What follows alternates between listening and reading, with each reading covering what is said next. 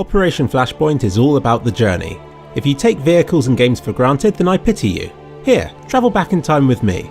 Imagine you're a child again, playing with action figures. You have the basic soldier, then you have snipers, anti-tank soldiers, and then you have vehicles. You treasure those and spend hours marvelling over their stats and uses. You have cars which help you get from A to B. You have trucks, armoured APCs, heavy tanks with near impenetrable armour, and then you have helicopters and jets, fast moving, noisy killing machines that make everything else run for cover.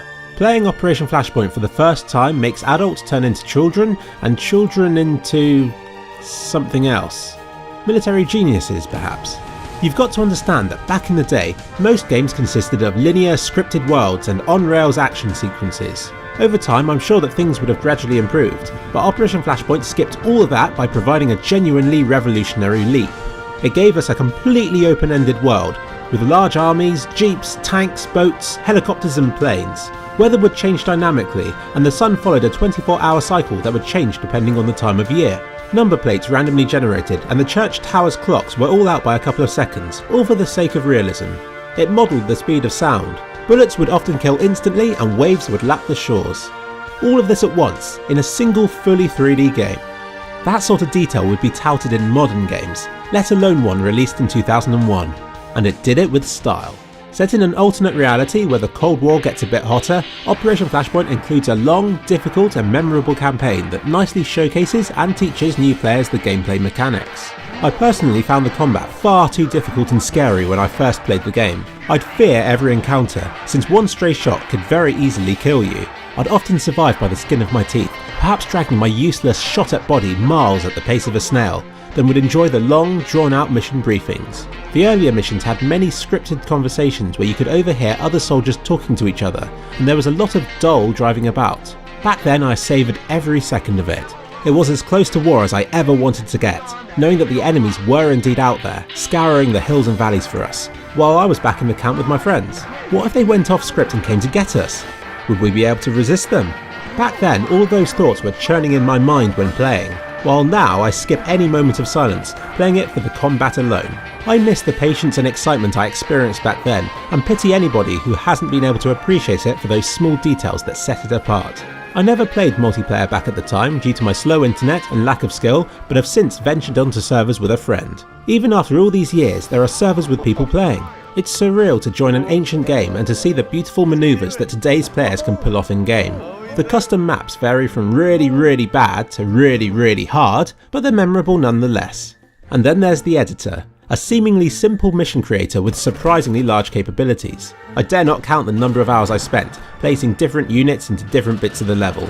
You'd think the appeal would wear off, but to this day I still enjoy it. I set up who would win in a fight situations. I tried to recreate Helm's Deep at one point. I even tried to build my own town, complete with civilians travelling to work and doing all kinds of things. At one point I made a 20-level campaign where you didn't fire a single bullet. You simply had to survive in a world where tanks would be thrown through the air or NPCs would be glitched into crashing their cars into you. It was the compilation of all of the glitches and hilarious things that I could manage in the editor. In fact, that's where I got the idea for my How Will He Die series on this channel. Thank you, Operation Flashpoint. I used to go on a lot of caravan holidays when I was younger. Call me sad, but I'd explore these places, making maps of them so that I could remake them in Operation Flashpoint and view them from above. Operation Flashpoint inspired me and gave me the sense of freedom that nothing else has managed since. Yes, it's a shame that the Operation Flashpoint name has now been tarnished beyond repair. I personally enjoyed Dragon Rising for being different and yet still retaining some of the qualities of Operation Flashpoint, but Red River was an insult to the series with absolutely no redeeming features. How dare they mutilate and completely misunderstand what the series was about? Fortunately, the real developers of Operation Flashpoint were nothing to do with these sequels. Instead, they started up Armed Assault, aka Armour. I won't go into depth about these games, but they're essentially Operation Flashpoint but with prettier graphics and very minor tweaks. It's apparent that it's the exact same game underneath. And now they've re-released the original Operation Flashpoint on Steam. If you're viewing this video before the 19th of May 2014, you can install and keep it forever. I've provided the link in this video's description. I urge you to try it. It's a beautiful memory from the past and is still a blast to play, in both single and multiplayer mode. Every time you play a game it gets easier, and I have since defeated the levels that left me for dead when I first got the game. It's a game that I still play at LAN parties and may forever be the biggest single leap in the level of freedom it provides that I'll ever encounter in a virtual world. Operation Flashpoint has been a major part of my life. I first played it at a friend's house, longing to get it myself. Years after I messed about in the editor, I met another friend who had done the exact same thing for all those years. Together we would boot up a mini 2-player LAN in my room before going out clubbing on Saturday nights. We perfected the multiplayer missions and would end up reminiscing about our experiences when out on walks. To this day, the music still haunts me. Any muffled, angry sounding voices remind me of the voice samples in this game. I remember the time that we played a custom zombie mode.